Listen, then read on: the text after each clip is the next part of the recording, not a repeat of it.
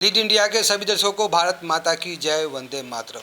दोस्तों, मैं अभी आया हूँ मिलिंद कापरे जी के आवास पे इसलिए कि यहाँ पे देखा कि भीड़ भाड़ है, लोगों को जमावड़ा है, लोग इनसे अपनी अपनी समस्याएं लेके आए। चूँकि लोकसभा इलेक्शन है तो इसलिए भी लोग के अपने अपनी डिस्कशन होते हैं, प्लानिंग करना होता है जो किस तरह से आगे का रणनीति बनाया जाए। और यहाँ पे तो ऐसे भी इनके यहाँ पे जो है ना कुछ सामाजिक कार्य होते हैं, उनके लिए भी लोग आते जाते रहते हैं। क्योंकि ये दोपहर का टाइम है और मैंने देखा कि यहाँ से जब गुजर रहा था तो अभी भी कुछ लोग नीचे खड़े थे, और तो मैं जाके देखा कि क्या बात है, क्यों है ऐसा। तो सर, क्या एक्चुअली आपका पर्सनल कुछ काम होता है कि नहीं होता है? बस इसी सब चीज़ों में आप लगे रहते हैं दिन रात? कुछ खाना पीना, आपका शक्ल भी थका थका सा लग रहा है, क्योंकि आप शायद रात के देर सोते हैं और सुबह जल्दी उठ के सब चीज़ों में लग जाते हैं। तो क्या है सर, कुछ अपना पर्सनल कार्य है या नहीं है, और यही यही सब कार्य करते हैं आप?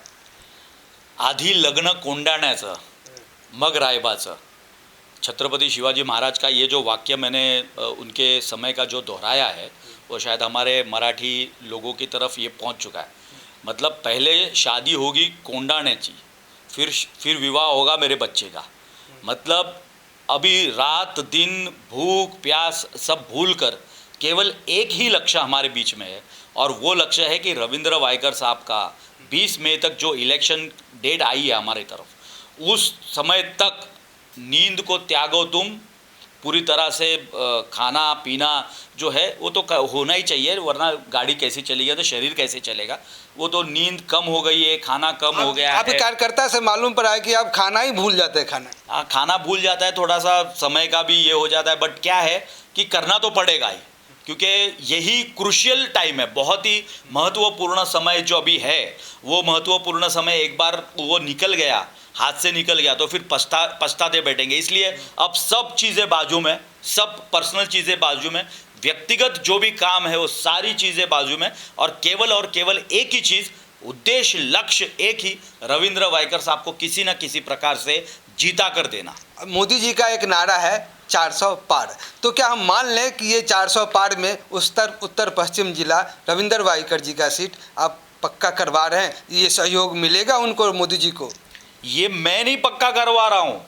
देखिए, मैंने एक सुनील प्रभु जी का एक स्टेटमेंट सुना था कि ये कार्यकर्ताओं में, उनके कार्यकर्ताओं में ये उत्साह है और उनके कार्यकर्ताओं ने अमोल कीर्तिकर जी को जीता दिया, ऐसा एक स्टेटमेंट मैंने उनका सुना था।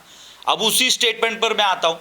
2014 में जब आमदार की सुभाष देसाई जब यहाँ से लड़े थे, उसी समय कार्यकर्ताओं ने भी यही कहा था, हमने सुभाष देसाई साहब को जीता दिया, बट परिणाम क्या हुआ? हरा दिया। यहाँ पर मैं आपको स्टेटमेंट करेक्ट करना चाहूँगा। हम कार्यकर्ता, हम स्वयंसेवक, हम शिवसेना के कार्यकर्ता क्या कहते हैं कि कार्यकर्ताओं के साथ साथ जनता ये बोल रही है कि हम वायकर साहब को जिता देंगे। उनकी जनता नहीं बोल रही है, पर हमारे कार्यकर्ताओं के साथ साथ जनता बोल रही है कि हम वायकर साहब को 100% हम वायकर साहब को जिता देंगे। सर, लेकिन मोदी साहब जी बोलते हैं मैंने बहुत सारा काम किया है, जैसे कि जनधन हो गया, आवास हो गया, सुकन्या योजना हो गया, बहुत अच्छे रोड हो गए, गांधी सेतु हो गए, अपना अटल सेतु हो गए, अटल टनल हो गए, यानी बहुत बड़े ऐसे काम, जैसे 5वां नंबर पे इकोनॉमी को लेके आया। जो आदमी इतना सारा काम कर रहा है और उनको जगह जगह रैली करना पड़ रहा है, मतलब शायद काम नहीं किए क्या वो? देखिए, या फिर वो झूठ बोल रहे हैं? देखिए, काम अपनी जगह पर है और रैली अपनी जगह पर है। तो रैली ऐसे तो लोगों को रैली करना पड़ रहा है। लोगों तक जाने के लिए, लोगों तक अपील करने के लिए, देखिए हमने तो काम कर दिया। अब अगर हम लोगों के पास नहीं जाएंगे तो लोगों का समझ क्या हो जाएगा कि देखिए इलेक्शन के समय ये लोग तो आए ही नहीं। तो हम लोगों को जाकर जगा रहे हैं कि भाई ये काम हो चुका है, अभी आपका जागने का समय आ गया है, अभी आपको जाग कर वोट देने का समय आ गया है, इसलिए जाइए और मतदान कीजिए। ये तो करना पड़ेगा। तो मोदी जी आ रहे हैं, लोगों को जगा रहे हैं, मोदी जी के साथ में हम भी जाग रहे हैं, हम भी लोगों को जगा रहे हैं। यही तो काम है और कर रहे हैं पूरे अच्छे। अभी आपने चर्चा की है अमोल कीर्तिकर जी का। अमोल कीर्तिकर जी के जो दोस्त हैं, जो क्लासमेट हैं, वो स्वप्निल जी हैं, और स्वप्निल जी साथ में पढ़े हैं, और उनका एक ऐसा मार्केट में ह्यूमर चल रहा है, बातें चल रहा है कि वो उनके क्लासमेट थे, तो वो हमारे सपोर्ट में ही करेंगे, वो भी शिवसेना यूबीटी को ही सपोर्ट करेंगे और अमोल कीर्तिकर को ही जिताएंगे। तो क्या सर कितना सच्चाई है, किस तरह के ह्यूमर्स है या फैक्ट है, आपने चेक किया, आपको पता होगा सर? देखिए, इस रूमर्स के ऊपर आप ज़रा भी मत जाइए।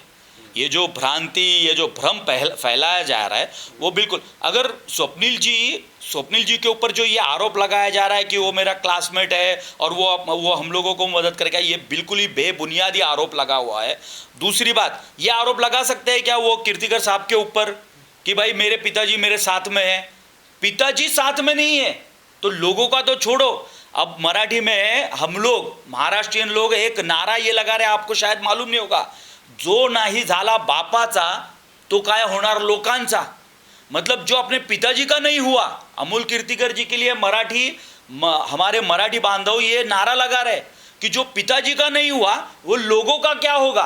तो ये जो सारे आरोप जो लगा रहे हैं ना, वो आरोप बेबुनियादी है। पहले आप अपने गिरेबान में झांक कर देखिए आप कहाँ पर रुके हुए, उसके बाद में आप दूसरों को बोलिए। सर आपका एक कार्यकर्ता मिलावा चालू हुआ था और वहाँ पे हजारों लोग आए हुए थे करीब करीब, तो वहाँ पे एक लोग ने ऐसा, जो मैं पीछे बात कर रहे थे, मैं चली कवरेज में था तो उससे बात नहीं कर पाया और ख़त्म हो गया, तो हम लोग भी सब लोग अपनी अपनी जगह चले गए। उसमें हो ये रहा था कि एक पब्लिक ही पूछ रहा था दूसरे पब्लिक से, अभी जो है ना ये अमोल कीर्तिकर जी के जो पापा हैं वो अभी यहाँ पे गजानन कीर्तिकर जो अभी स्टेज पर हैं और वो अपने पुत्र को जाके अभी क्या बात करेगा, जो कि ये भीड़ देख के वो क्या बात करेगा। तो दूसरा के बोलता है कि भाई यहाँ पे तो पलट गया है गेम, तू अब शांत हो जा। आप किस तरह से देखते हैं?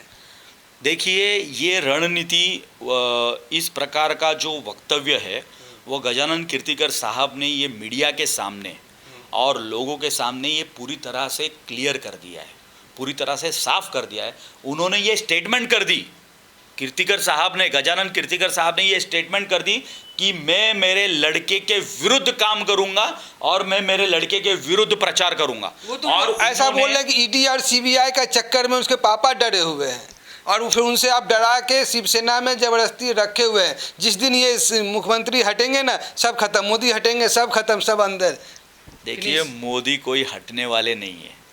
मोदी और 10, देखो एक रूमर ऐसा फैला था, अब ये सारे विपक्षी लोग हैं ना, आपने मोदी हटने का जो अभी बताया ना, उसके ऊपर मैं बोलना चाहूँगा, ये सारे विपक्षी है ना, ये एक हो गए। अभी एक रूमर्स फैला था, ये सारे विपक्षी, मोदी के विरोधी सारे एक हो गए और वो लोग बोल रहे नहीं नहीं मोदी को ही जिताओ और 400 पार कराओ। तो एक ने पूछा, अरे पागल हो गए तुम लोग, मोदी को जिताओ और 400 पार कराओ? ऐसे विरोधी चिल्ला रहे थे कि मोदी को जिताओ और 400 पार कराओ। तो बोले ऐसे क्यों बोल रहे हो आप लोग? तो ऐसा इसलिए बोल रहे कि यदि मोदी को हराया विरोधियों ने, यदि विपक्षियों ने मोदी को हराया तो योगी बैठ जाएगा। यदि 400 कम आएंगे तो योगी नहीं चाहिए, तो मोदी चाहिए, तो 400 पार कराओ और मोदी को लाओ, योगी से बेहतर है मोदी। ये विपक्षियों में अभी चल रहा है। चलिए वो तो अलग सब्जेक्ट हो गया, लेकिन अभी जो गठबंधन की बात कर लेता, जब बातें गठबंधन की हो रही है तो गठबंधन में ये चल रहा था कि हम जो जितने भी गठबंधन उसमें 5 मुख्य चेहरा है, तो हम 1-1 साल के लिए अपना जो है ना प्रधानमंत्री के लिए बांट लेंगे। आप कैसा देखते हैं अगर भारत को 5 प्रधानमंत्री 5 साल के अंदर मिलता है तो आप कैसे देश चलेगा? ये तो लोगों ने इसके बारे में बहुत अच्छे से जानकारी रखी है। देखिए, पहले कुछ समय पहले अवेयरनेस नहीं था, आप सोशल मीडिया नहीं थी, ना इंस्टाग्राम था, ना फेसबुक था, ना यूट्यूब था, किसी भी प्रकार का सोशल मीडिया नहीं थी। परंतु आज की तारीख में सोशल मीडिया के माध्यम से हर चीज़ घर घर तक पहुंच रही है, दर दर तक पहुंच रही है। और उस सोशल मीडिया के माध्यम से आज घर में बैठा हुआ व्यक्ति टीवी देखने के बाद, वीडियो देखने के बाद उसको ये पता चल जाता है, उसको ये ज्ञात हो जाता है कि मुझे वोट लव जिहाद को देना है, मुझे वोट लैंड जिहाद को देना है, मुझे वोट SRA जिहाद को देना है, मुझे वोट किसको देना है, ये वो तय करने लग गया है व्यक्ति। और इसी कारण परिवर्तन पूरे देश भर में आज होने वाला है। सर आप पे आरोप लगता है कि आप हिंदू मुस्लिम करते हैं और ये लोग को माइंड डाइवर्ट करते हैं और विकास की बातें नहीं करते हैं, और आप चाहे आपके जो संगठन है और या आपके जो ग्रुप्स के ये हैं जो एनडीए के जो लोग हैं सब केवल हिंदू मुस्लिम बातें करते हैं और क्रिश्चियन और मुस्लिम को जो हक अधिकार है वो नहीं देते हैं। केवल जो इलेक्शन के टाइम होते तो पाकिस्तान की बातें करेंगे, हिंदू मुस्लिम की बातें करते हैं।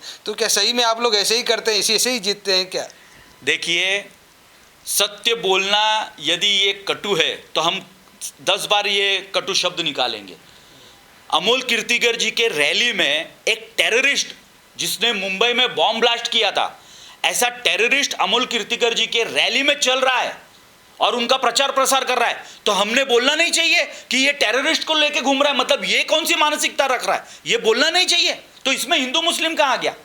टेररिस्ट यदि अमोल कीर्तिकर जी का प्रचार प्रसार कर रहा है तो हम चिल्ला चिल्ला कर बोलेंगे, हम लोगों को जगाएंगे कि देखो ये क्या चल रहा है। एक टेररिस्ट, एक बॉम्ब ब्लास्ट करने वाला व्यक्ति आज अमोल कीर्तिकर जी के रैली में चल रहा है। दूसरा व्यक्ति वो कांग्रेसी, उसने तो हद कर दी, उसको राजीनामा देना पड़ा। बोलता है कि जो तमिलनाडु के जो लोग हैं, चेन्नई के जो लोग हैं, वो बोल रहे कि वो अफ्रीकन लोग हैं। मतलब कितनी, मतलब इन्होंने अपनी हर परिसीमा इन्होंने छोड़ दी है। और ये तो करेंगे ना, फिर हम लोग बोलेंगे ना कि वो क्रिश्चियन ये बोल रहा है और ये मुस्लिम ये बोल रहा है, ये तो हम बोलेंगे। और यदि इस विषय को लेकर यदि आपको ये कटु लगता है तो ये कटु हम 10 बार बोलेंगे। सर, आप एक चेहरा बन गए हैं गोरेगांव में। गोरेगांव में ऐसा कोई बच्चा नहीं हो जो आपको जानता नहीं होगा। तो सर ये, लेकिन आप इलेक्शन में भी एक चेहरा बन के घूम रहे हैं, एकदम सुबह से शाम हम लगे रहते हैं। तो सर आपके मुद्दे क्या हैं, किस आधार पर आप वोट मांग रहे हैं? आप क्या, अगर जीत के आते हैं तो क्या करेंगे सर? क्या क्या आप कुछ तो प्लान किया होगा, आपने डिजाइन किया होगा कि हम गोरेगांव या पूरा उत्तर पश्चिम जिला में ये चीज़ें हम करने वाले हैं?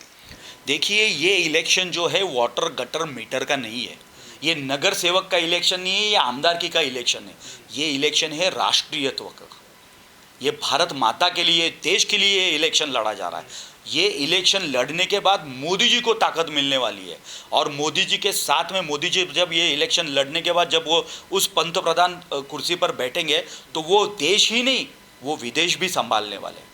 हमारे, आपको ध्यान में होगा, सर्जिकल स्ट्राइक का जो विषय था वो मोदी जी ने, वो केवल और केवल उनके जो चुने हुए जो खासदार थे, मतलब एमपी थे, उनके बलबूते पर ये वो उन्होंने करके दिखाया। राम मंदिर का मुद्दा ये एमपी के बलबूते पर करके दिखाया।